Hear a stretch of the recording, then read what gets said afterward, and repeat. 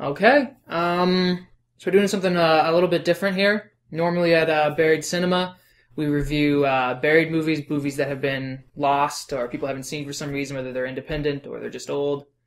But we are still seeing current movies.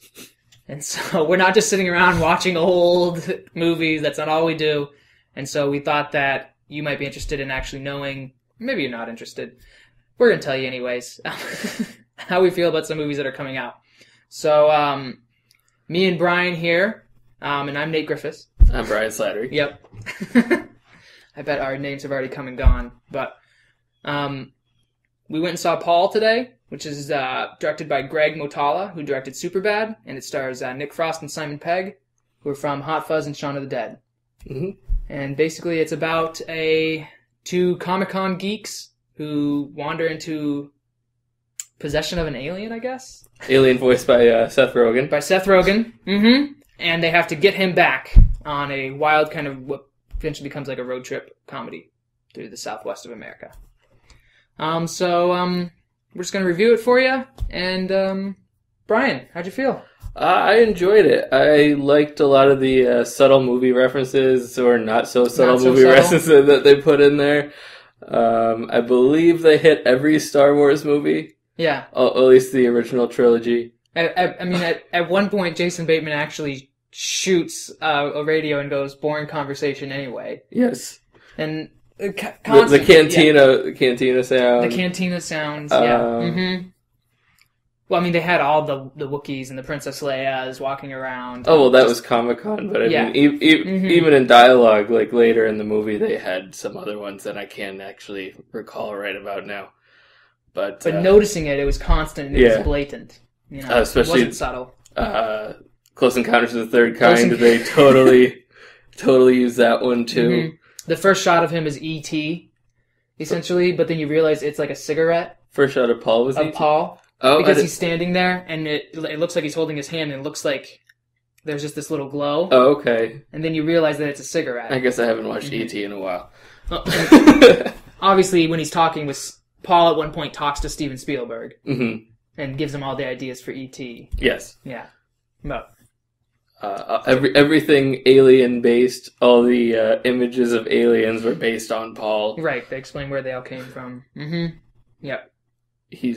Paul basically worked with the government and gave him all of his knowledge. Mm-hmm. And Paul was escaping because they were trying to kill him to get his powers, his camouflage, his healing, and he did something else. I can't remember, but yeah.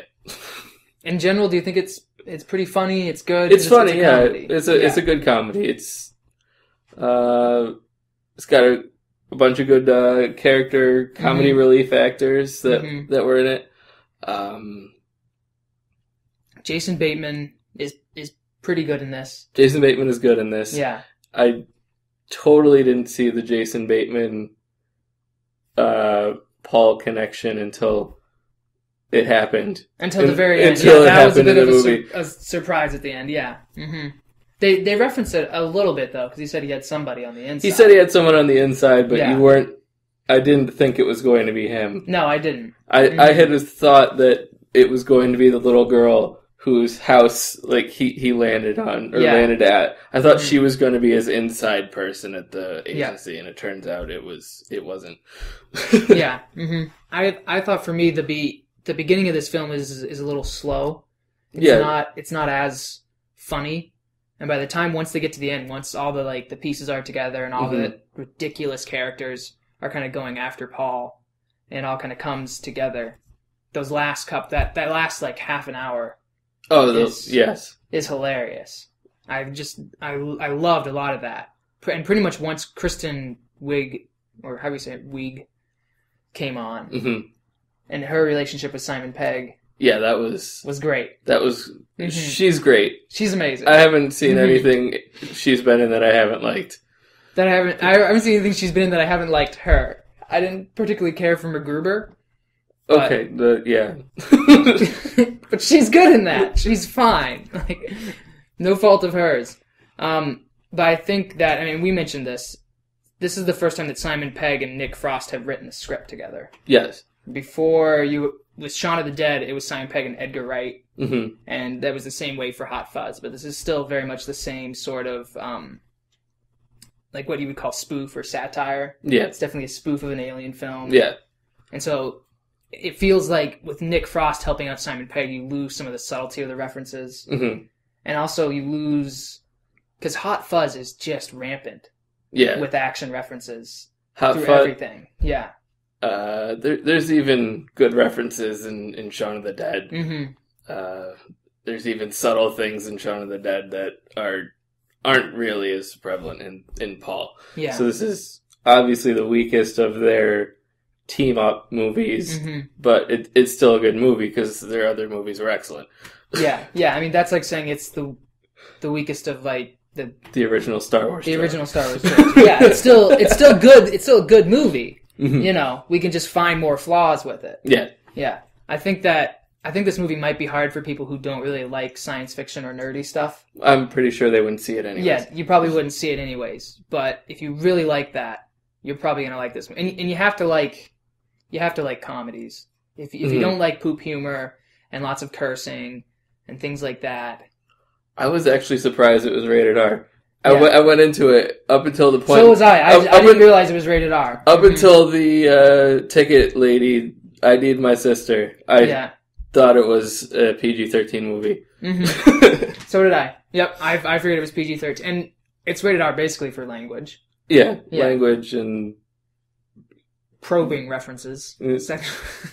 I love the scene where Kristen Wiig, realizes that she can she can just sin as much as she wants. Oh, yeah.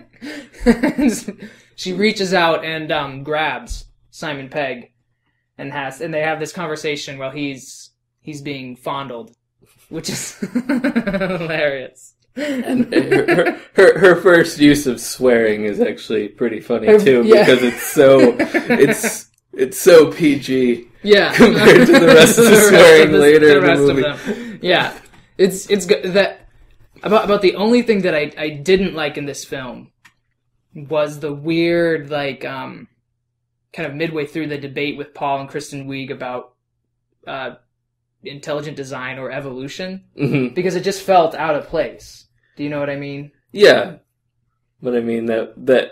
I think that was more of a satire on the location that they were in. On the people that live in there that are that's the Bible humping area of the world. The Bible Belt, yeah. Mm-hmm. So that's basically what they were doing. Right. And I for some reason that... It was a bit unnecessary. Yeah, it was unnecessary. It wasn't that funny. But other than that, this is a really good movie, especially the end. But, you probably save your money and go see a matinee. I don't know. I wouldn't. I just like saving money. But I enjoy saving money as well. Yeah. I would have paid full price for this. You would have paid full price? Yeah. I probably would have too if we didn't have a cheap matinee theater. If I had to. But, so that's about it. We really liked it. And, right? Yep. Yeah. We think you probably will too. Thanks.